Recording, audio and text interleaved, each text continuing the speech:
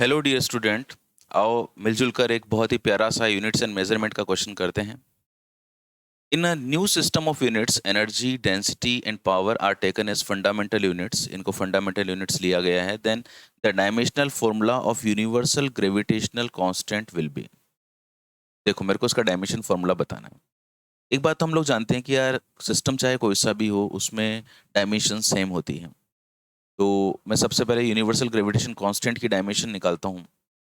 और ये कैसे निकाली जाती है? आप लोग जानते हैं कि कभी भी दो पार्टिकल्स जिनके मासेस m1 और m2 हो और इनके बीच की डिस्टेंस r हो, उनके बीच में जो फोर्स होता है ग्रेविटेशन का, वो g m1 m2 अपन r स्क्वायर के फॉर्मूला से दिया जाता है। ये जो g होता है यहाँ पे यूनिवर्सल ग्रेविटेशनल कांस्टेंट होता है F R square upon m1 m2। Force m1 l1 t minus two and r जो है वो डिस्टेंस है जो मीटर में मेजर की जाती है, तो लेंथ 2 हो गया। ये किलोग्राम और ये किलोग्राम, तो ये m2 हो गया। तो this is m-1 l3 and t-2। ये मेरे पास इसकी डायमेंशन है। अब मुझे इस ग्रेविटेशनल कांस्टेंट को रिप्रेजेंट करना है। इसकी जो डायमेंशन है, अभी मेरा जो स्टैंडर्ड सिस्टम है उसमें ये है। और अब मैं एक ऐसा सिस्टम बनाना चाहता हूँ जिसमें एनर्जी, डेंसिटी और पावर ये फंडामेंटल क्वांटिटीज हों। तो इनकी पावर मैंने एक्स, वाई और जेड लगा दी। मुझे एक्स, वाई और जेड की वैल्यू मिल जाएगी तो मेरा काम हो जाएगा।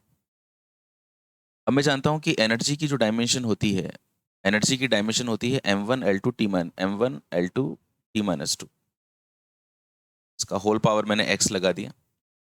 डेंसिटी होती है m1 l-3 एंड पावर का होता है m1 l2 t-3। नाउ अब मैंने यहाँ पे देख लिया m की पावर x है यहाँ, एंड यहाँ पर जो है m की पावर y है, एंड यहाँ पर m की पावर z है। यहाँ पे l की पावर 2x है, यहाँ पे l की पावर -3y है, और यहाँ पे l की पावर 2z है। इस तरह से t की पावर्स को कंपेयर किया, यहाँ पे -2x है एंड यहाँ पे -3z है। अब मैंने m, l और t की वैल्यूज को इस तरह से लिख दिया और अब मैं इनकी पावर्स को कंपेयर कर लेता हूँ। जैसे देखो m की जो पावर है यहाँ पे x plus Y plus Z है और यहाँ पर -1 है। तो मैं मास की पावर को कंपेयर करूंगा तो x plus Y plus Z is equals to आ गया आपका -1। ओके, इसको मैंने इक्वेशन नंबर 1 बोल दिया मेरा। दूसरा मैंने देखा ये जो लेंथ आपको दिखाई दे रही है, इस लेंथ की यहाँ पे power 2x minus 3y plus 2z है, जिसकी वैल्यू 3 हो जाएगी। 2x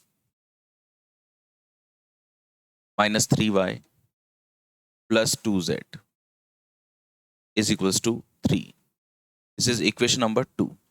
ये मैंने l की पावर को कंपेयर किया। एंड अब इसके बाद में मैं t की पावर को कंपेयर करता हूँ। ये है -2x माइनस 3z और इसकी वैल्यू है -2। -2x minus 3z is equals to -2। दोनों तरफ के माइनस काट के मैं इसको 2x plus 3z is equals to 2 लिख देता हूँ। This is equation number 3। Okay, अब इन तीनों इक्वेशन की हेल्प से मेरा अल्टीमेट टारगेट है x, y और z निकालना। तो यार देखो मैं ऐसे चल रहा हूँ कि जैसे ये तीसरी इक्वेशन है, ये x और z में है। तो मैं काम करता हूँ पहली और दूसरी इक्वेशन को भी x और z की टर्म्स में ही चेंज कर लेता हूँ। अगर मैं ऐसा करने में कामयाब रहा तो वो जो x और z की इक्वेशन आएगी और ये जो x और z की इक्वेशन है, इनकी हेल्प से मैं x और z की वैल्यू आराम से निकाल लूंगा। पर अगर मुझे x और z चाहिए तो मुझे इन दोनों इक्वेशंस में से y को हटाना पड़ेगा यार। अब देखो यहाँ पे तो y की टर्म आ रही है -3y और यहाँ पर आ रही है y। तो यार मैं क्यों ना इक्वेशन नंबर 1 को 3 से मल्टीप्लाई कर देता हूँ।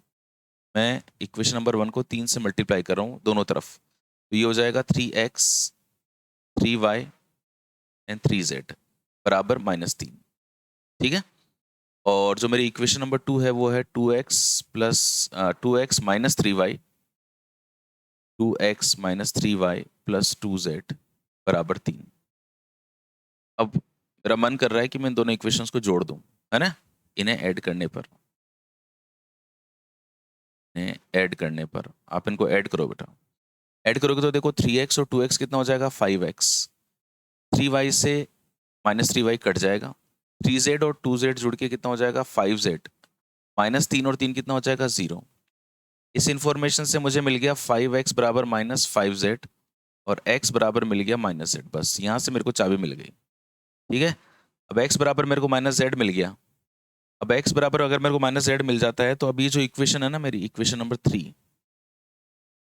फ्रॉम इक्वेशन नंबर 3, ये है मेरे पास में 2x + 3z बराबर 2। तो मैं यहाँ पे x की वैल्यू -z पुट कर रहा हूँ। देखो -2z + 3z, ये z हो गया। ये देखो भाई, मुझे z बराबर 2 मिल गया। बस अब तो क्या ही है, अब तो इस क्वेश्चन में कुछ बचा ही नहीं है। देखो z = 2 है, और अगर मैं z की वैल्यू 2 यहाँ पे पुट कर देता हूँ तो x आ जाएगा। x बराबर है -z एंड z की वैल्यू है 2। सो x की वैल्यू भी मुझे मिल गई -2। x की वैल्यू -2 मिलते ही मुझे y की वैल्यू मिल जाएगी। मैं इक्वेशन नंबर 1 की हेल्प लेता हूँ। इक्वेशन नंबर 1, इक्वेशन नंबर 1 है मेरी x + y + z = -1। अब x मुझे मिल चुका था यहाँ पे, देखो -2, y मुझे नहीं पता था, और जो z है इसकी वैल्यू थी +2 = -1, ये कट गया एंड y की वैल्यू आ गई मेरे पास में -1। मेरे पास में x, y और z तीनों हैं। अब देखो ये जो मैंने यहाँ से शुरुआत करी थी ना, अब यहाँ पे मेरे x, y और z तीनों मिल गए। बस अब मुझे क्या करना है, इसके अंदर वैल्यूज पुट करनी है।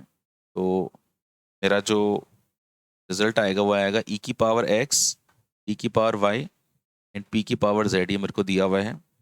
तो इसकी वैल्यू -2, इसकी वैल्यू -1 एंड इसकी value 2। This is the final answer of this question. अगर आप ऑप्शंस देखेंगे तो ये वाला ऑप्शन आपका मैच कर रहा है। Second is the correct answer of this question. इस टाइप के क्वेश्चंस जब भी आते हैं तो आपको पहले इक्वेशंस बनानी पड़ेंगी, मास, लेंथ और टाइम की पावर्स की, एंड सिंपली कंपेयर करके उनको सॉल्व करना पड़ेगा। थोड़ा सा पेशेंस रखिएगा, है ना, थोड़ा सा गुणा भाग करना पड़ेगा इक्वेशंस को, जिससे कि हम लोग हमारे जो पावर्स हैं उनकी वैल्यू कैलकुलेट कर पाएँ। Okay, thank you so much and keep connected.